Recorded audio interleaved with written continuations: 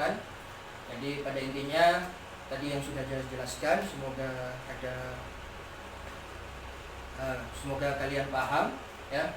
Nanti semuanya kalau nggak paham bisa kamu ke chat WA saya sendiri secara pribadi dengan maksud apa keterangan yang belum paham dari saya. Oke. Berikutnya yang ketiga, konsep yang ketiga, faktor penyebab terjadinya penyimpangan sosial. 1. Ketidaksempurnaan proses sosialisasi. Ini yang paling banyak faktor penyimpangan sosial itu terjadi. Ya, contohnya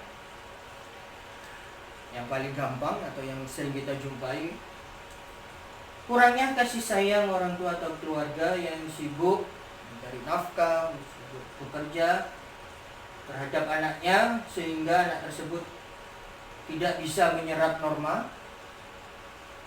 yang berlaku di masyarakat, maka akibatnya dia melakukan perilaku menyimpang.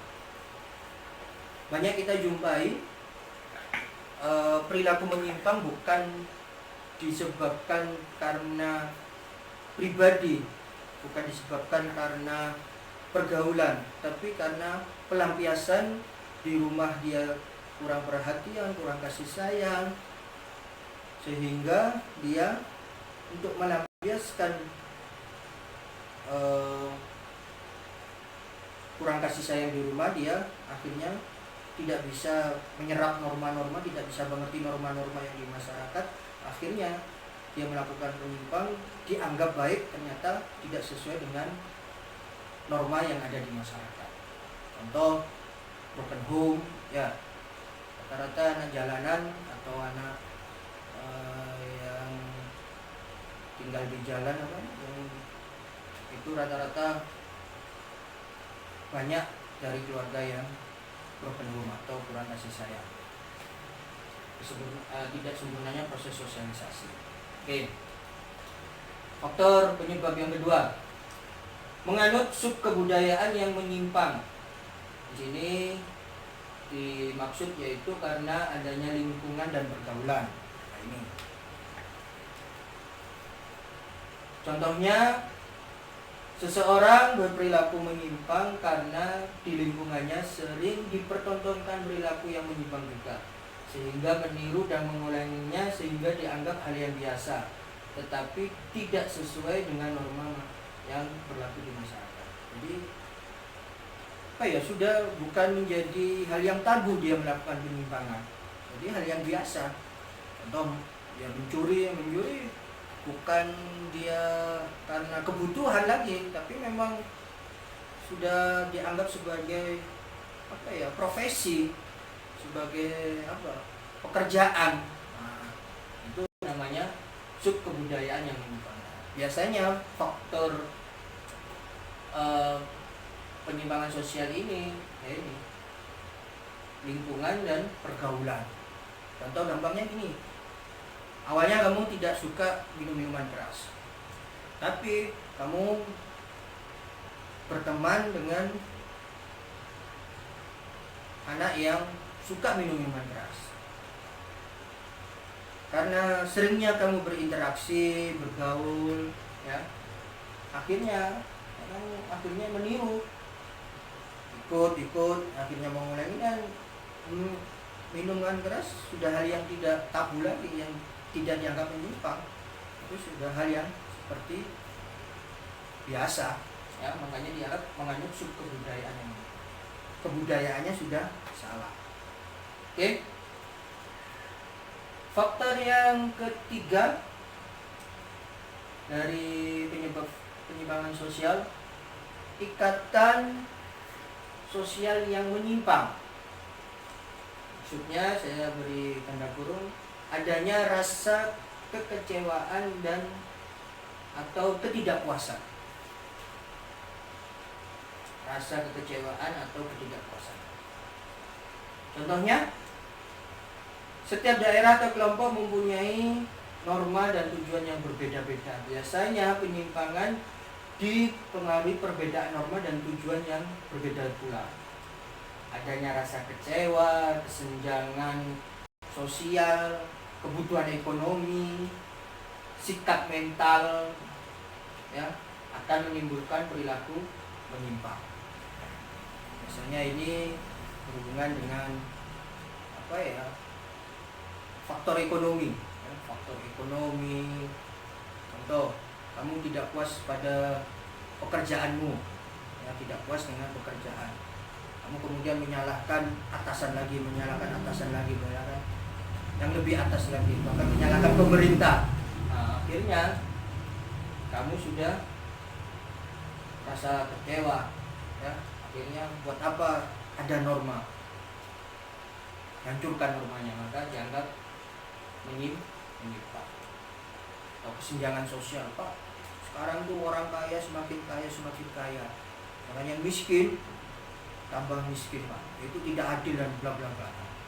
Bagaimana cara kita rampok orang kaya? Oh, jangan gitu. Nah, itu namanya ikatan sosial yang menyimpang. Jadi ada rasa kekecewaan atau ketidakpuasan atau sikap mental. Nah, mental ini kadang-kadang orang itu gak pernah cukup, selalu kurang terus, ya, selalu ingin lebih, hingga akhirnya dia ingin korupsi, mencuri dan sebagainya.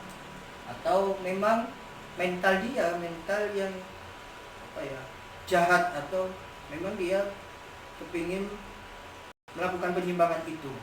Nah, kadang-kadang ada rasa tiba-tiba nggak kepingin mencuri, kemudian pengen mencuri. Itu ada sifat seperti itu, sikap mental seperti itu. Itu harus diperiksa kondisi kejiwaannya di psikologi. Misalnya itu kamu nanti pelajari di ilmu psikologi, sikap mental, ya. Oke. Selanjutnya, faktor penyebab yang keempat, pengaruh media massa. Ini yang sekarang lagi tren, ya. Kesalahan dalam memahami informasi, ya. Contohnya yang paling mudah, adanya berita bohong, atau biasanya disebut berita hoax. Kemudian percaya gitu saja tanpa tahu kebenarannya, akan berdampak luas terjadinya perilaku penyimpangan.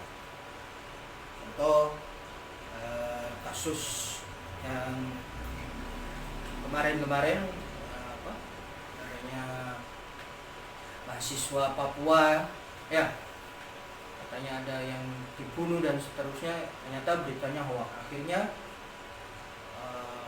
masyarakat Papua yang ada di Pulau Papua tidak terima, dan akhirnya pendatang selain orang Papua dimusuhi atau bahkan sampai dibunuh. Nah, itu namanya pengaruh media massa, dan itu sangat cepat sekali tersebarnya. Makanya untuk kalian hati-hati, ya, jangan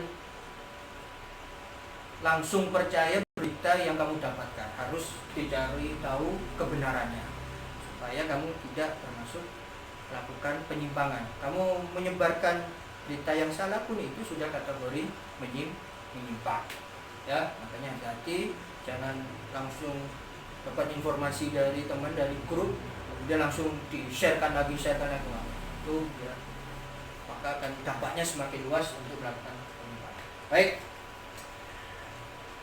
Oke. Tadi faktor-faktor penyebab penyimpangan sosial. Nah, dari sini mungkin keterangan saya agak bulat atau agak membingungkan. Saya harap tidak, ya.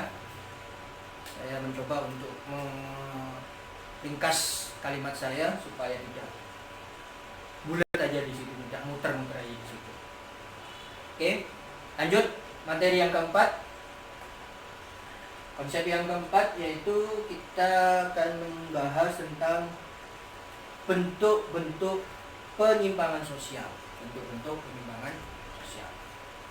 Oke, penyimpangan yang pertama, penyimpangan primer, yaitu penyimpangan yang bersifat temporer atau bersifat sementara, bisa juga dikategorikan pertama kali melakukan penyimpangan disertai biasanya dengan rasa ketakutan. Biasanya penyimpangan ini bisa ditolerir atau bisa dimaafkan dalam masyarakat. Penyimpangan primer, gampangnya ya penyimpangan yang dilakukan pertama kali, bahkan belum pernah melakukan penyimpangan, dia terpaksa melakukan penyimpangan tersebut. Contoh, ada orang lapar, gak punya uang, gak punya pekerjaan, dia lapar banget. Kemudian salah satunya jalan, ya kalau nggak dia mencuri, maka dia kan kelaparan terus, bahkan bisa mati. Nah, salah satunya karena kondisi terpaksa tersebut, akhirnya dia melakukan pencurian. Kategori penyimpangan itu penyimpangan primer. Dan setelah itu dia tidak melakukan lagi, ya makanya dikategorikan sementara. Kalau dia melakukan lagi, bukan penyimpangan primer lagi, ya. Pertama, bahkan biasanya orang kalau nggak pernah melakukan penyimpangan, kemudian melakukan penyimpangan itu ada rasa was-was, ada ketakutan di hatinya, itu pasti ada, ya. Kamu nggak pernah menyontek atau tidak pernah membohongi orang tua, kemudian tiba-tiba kamu terpaksa untuk membohongi orang tua, biasanya itu ada rasa ketakutan atau was-was. Kemudian bentuk yang kedua, penyimpangan sekunder. Nah, ini tadi.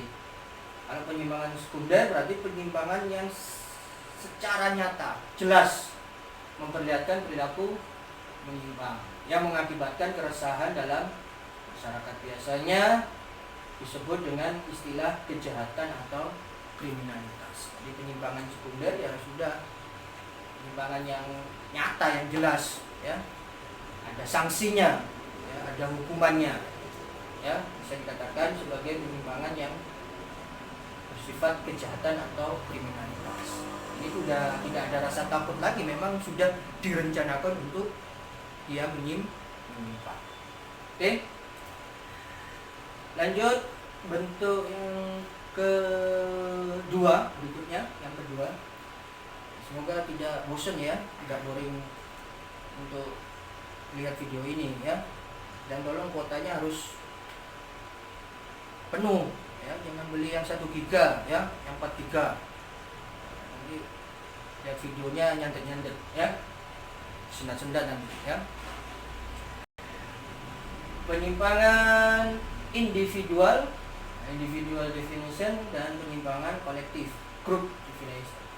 Ini berarti berkaitan dengan pelakunya ya, pelaku, subjeknya.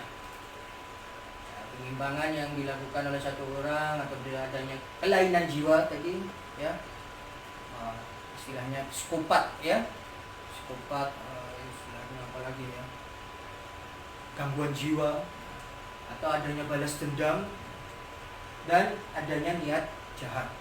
Biasanya dilakukan individual, satu orang. Kemudian penyimpangan grup, kolektif, penyimpangan yang dilakukan oleh kelompok secara bersamaan, contohnya tindakan kejahatan dan biasanya terencana dan disengaja. Nah, ini bisa mungkin tidak disengaja ya, muncul secara tiba-tiba, tapi kalau biasanya penyimpangan kolektif secara grup itu terencana dan disengaja. Oke, lanjut. Penyimpangan positif dan penyimpangan negatif. Wah, ini yang mungkin kalian masih aneh terdengar, Pak, oh ada penyimpangan positif. Kalau penyimpangan negatif sudah jelas ya.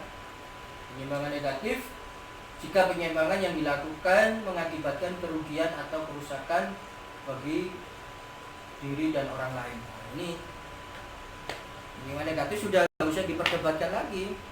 Penyimpangan, namanya penyimpangan saja sudah negatif ya, namanya penyimpangan tadi definisinya sudah berbentuk negatif.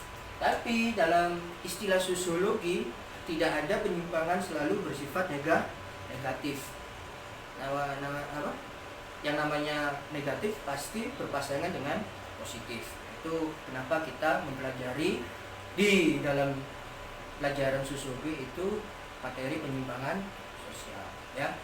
Bukan saya menganjurkan kalian untuk berbuat menyimpang, bukan, tapi supaya kita mengetahui bahwasanya di dalam penyimpangan tersebut ada analisa, ada klasifikasi, bahkan ada penyimpangan yang dikategorikan penyimpangan positif. Apa maksudnya penyimpangan positif? Jika penyimpangan yang dilakukan tidak mengakibatkan kerugian atau kerusakan bagi orang lain. Saya kasih contoh gampangnya gini. Contoh profesi supir. Profesi supir biasanya itu seorang pria, tapi ya kadang-kadang kita temukan profesi supir itu seorang wanita, seorang perempuan. Di masyarakat rata-rata kalau ada supir perempuan, ya itu dianggap hal yang menyimpang, tapi dikategorikan positif karena apa? Dia tidak merugikan orang lain, ya tujuannya memang untuk mencari nafkah, tapi dianggap hal yang menyimpang karena biasanya profesi supir itu seorang laki-laki. Nah, itu maksudnya kategori penyimpangan secara positif, tidak merugikan untuk orang lain.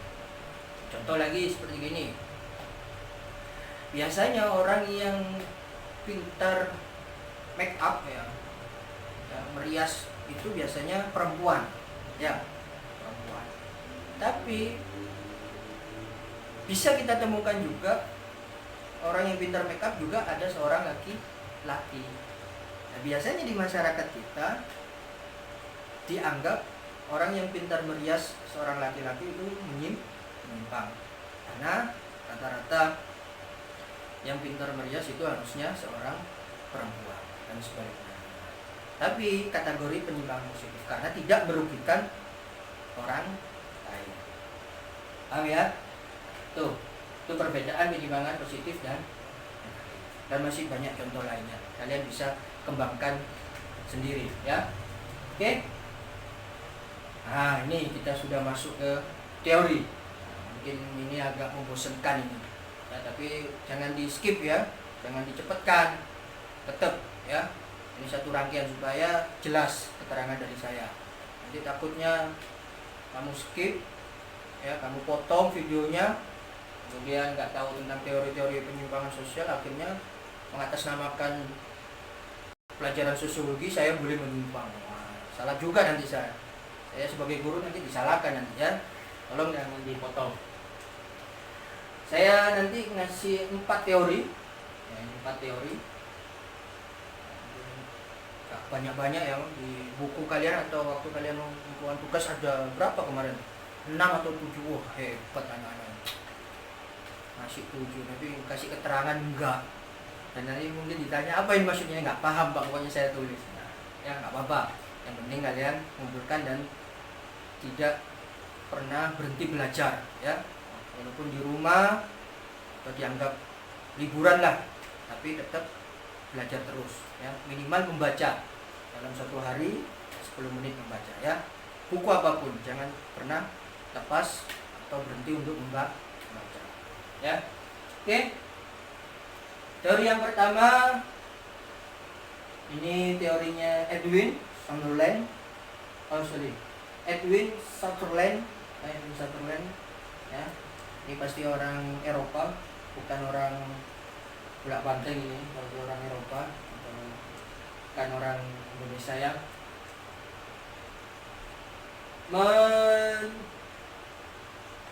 Menerangkan tentang teori perbedaan kelompok, differential association theory. Bunyinya, teori ini yang paling dikenal dan mudah dipahami dalam penyimpangan sosial. Teori ini menjelaskan bahwa penyimpangan terjadi disebabkan adanya suatu kelompok yang saling berinteraksi yang bertujuan untuk menyimpang. Dan memang dalam kelompoknya tersebut memang sudah menyimpang, ya sudah memang direncanakan untuk menyimpang. Namanya disebut teori perbedaan kelompok. Contoh, seorang yang sedang berjudi karena dalam kelompoknya sesama penjudi dan seterusnya. Hanya harus hati-hati kita mencari teman. Nah, intinya kan gitu ya, gampangnya gitu, harus hati-hati mencari teman. Biasanya gambarannya gini, kalau kamu kepingin tahu pribadi kamu, tanya ke temannya. Nah, kan gitu ya gambarnya ya, apakah dia baik atau jelek. Gambarnya seperti ini.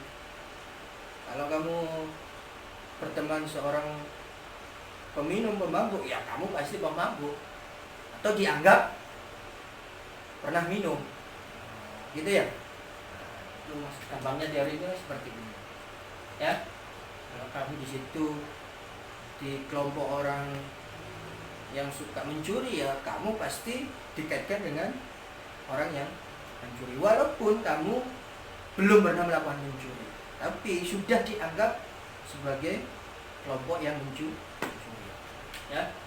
Makanya hati-hati dalam kita memilih teman ya. Bukan hati-hati selalu mencurigai temannya, tidak. Harus kita lebih selektif untuk mencari teman ya. Kemudian teori yang kedua, ini bahasa Inggrisnya labeling teori, bahasa gampangnya teori pemberian cap atau julukan. Ini mungkin bisa kamu pahami gampang. Teori pemberian cap itu dikenal dengan nama teori label. Menerangkan bahwa setiap jenis penyimpangan yang terjadi akan diberikan julukan atau label pada pelaku penyimpangannya, sehingga masyarakat dapat membedakan definisi penyimpangan yang dilakukan. Contoh, orang sama-sama mencuri, orang yang mencuri. Orang kalau yang mencuri dompet disebut ya copet, atau dicap namanya pencopet. Intinya kan mencuri. Orang yang mencuri tas atau perhiasan dicap begal. Nah, begal berarti dia mencuri tas dengan paksa atau mencuri perhiasan dengan paksa. Orang yang mencuri uang rakyat dicap koruptor. Sama-sama mencuri, tapi capnya, labelnya berbeda. Nah, itu paham ya maksud saya? Nah, ini namanya dari labeling. Jadi setiap penyimpangan itu pasti punya julukannya, capnya, supaya bisa mendefinisikan penyimpangan yang ini menurut Edwin M. Lemert ya, atau Lemert ya. Ini juga sama, ini orang Eropa, sama-sama Edwin ya, tapi ini Sutherland dan ini M. Lemert, sama-sama Edwin ya. Dari sini paham ya. Nanti kalau kurang jelas atau tidak paham, silakan kalian chat saya atau WA saya dengan materi yang sudah saya terangkan. Ini sudah berapa